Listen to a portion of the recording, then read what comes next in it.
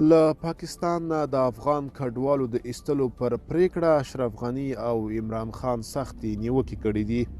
د پاکستان پخوانی لومړي وزیر عمران خان د غیر قانوني بهرانیانو او په ځانګړې توګه د افغان کډوالو د ستنولو په اړه د پاکستان چارسنبالي حکومت د تګلارې په اړه له زندانه ځانګړې وینا پاڼه کې نیوکې کړې دي. نوموړي ویلي په زوره د افغان کډوالو ایستل به د دواړو هیوادونو ترمنځ اوږدمهاله اړیکو کې درز پیدا کړي. د شمیرو له مخې شاوخوا 450,000 افغان کډوال له پاکستانه بیرته خپل هیواد ته ستانه کړی شوي چې ځینې د پاکستاني پولیسو او امنیتي کسانو له ناوړه چلند او ځورونې سر ټکوي. عمران خان ویلي افغانستان زموږ ورور اسلامي هیواد او ګاونډی دی. د دواړو هیوادونو خلک له پیړو راهیسې د ورورګلۍ اړیکې لري.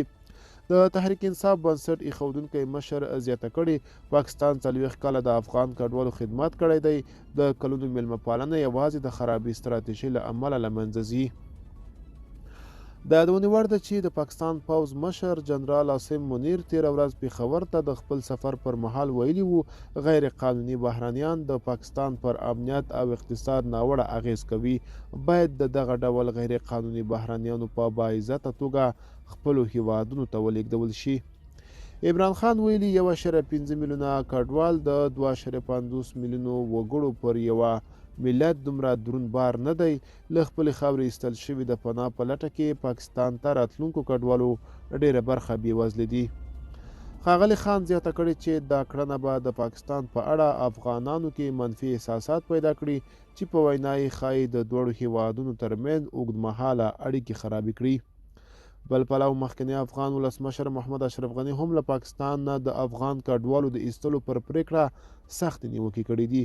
ښاغلي غني له داود جنبش سره په یوه تازه غږیزه مرکه کې د پاکستاني حکومت دا ګام ظالمانه او د نړیوالو اصولو خلاف بللی دی.